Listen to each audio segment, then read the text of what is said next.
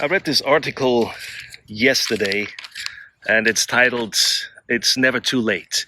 And this is about a guy. His name is Rich Roll. I don't know if you heard of him. He has a podcast and with about 68 million followers. So that's pretty intense. So, it's one thing to have a podcast and so that many people listen to you. And it's another thing is what is your journey to, how did he get there? And that's an amazing thing. I just want to read you something here, what he posted when he turned 52. And it's like a short version of his life story on Twitter. I think it was very interesting. He says, "I didn't reach my athletic peak until I was 43. I didn't write my first book until I was 44.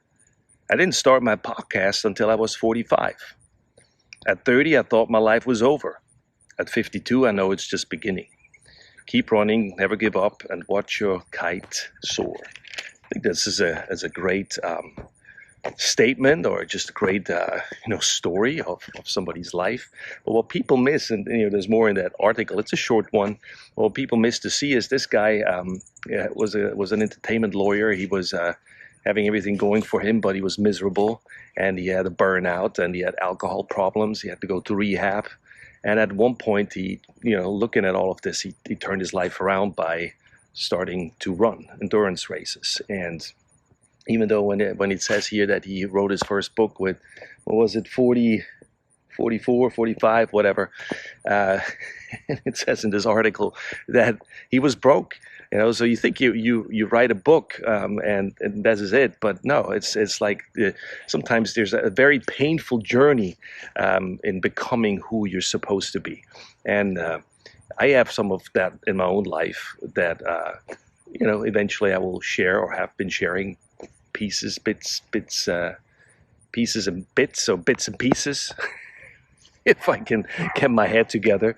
But like sometimes we think, especially as believers, for those of you who watch this who are believers, like we think we get a silver bullet by receiving Christ, and the promises that a lot of people make to us at that point is, well, you just need to follow certain principles and do certain things and read the Bible and pray, and everything's going to be okay. And I'm not saying it's not okay, but what we forget to mention is like, hey, the Bible clearly says you will have tribulations, you will have hardship, you will have things that I put your life through that will bring you to the brink, that will actually almost destroy you. And not because God hates us and wants to destroy us. No, he wants to change our hearts.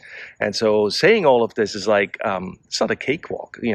Having faith or believing in something, like this guy believing in what he saw in his mind or in his heart of what he's supposed to become. It was not an easy transition. But he kept doing what his heart dictated him to do, which is running, which is, interviewing people. Even at that point, it says when he started with his podcast, nobody listened to it. And now he has 68 million followers. And that doesn't mean now that's why it's successful. It means there's substance because the guy has something to say. This guy has something to say because of his journey, because he walked through this. It's not just like self-improvement book of, you heard these things, and I jokingly mention them at times, the 45 step to the 3 ways of the 99 points of the whatever, you know what I mean? It is not just like you do A, B, C, and D, and then that works. No, it's because we're individuals.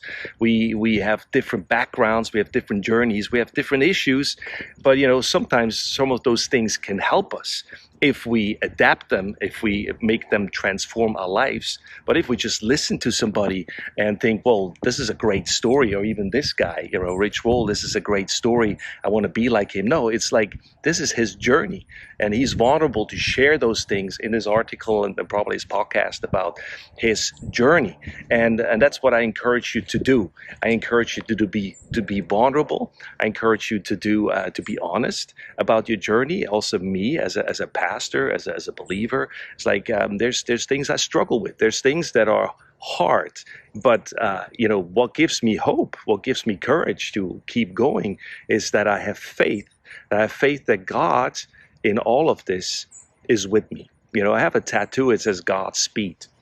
which means may God bless you on your journey. May God be with you on your journey. And that gives me hope in times when I don't have enough faith, or where I lose my faith, in a sense of just where I feel like giving up, that I know God is with me. He promised to be with me. He didn't promise me to deliver me from everything and everything's going to be just peachy. He said, I'm going to be with you, Thomas. I'm going to walk with you through this life, and you have a friend in me. And so I just want to encourage you with this statement by Rich Roll. It's never too late. Don't give up. I feel telling you the same thing. And next to what this article says, I also want to encourage you to have an encounter or to an interaction with God in this process, and not just self improvement programs, or just need to be a better person. No, it's also a transition in the heart that needs to happen in order for our lives to improve. That's all I have to say about this. I just thought I'd throw this out here again, sharing a perspective at the fire pit. Bye-bye.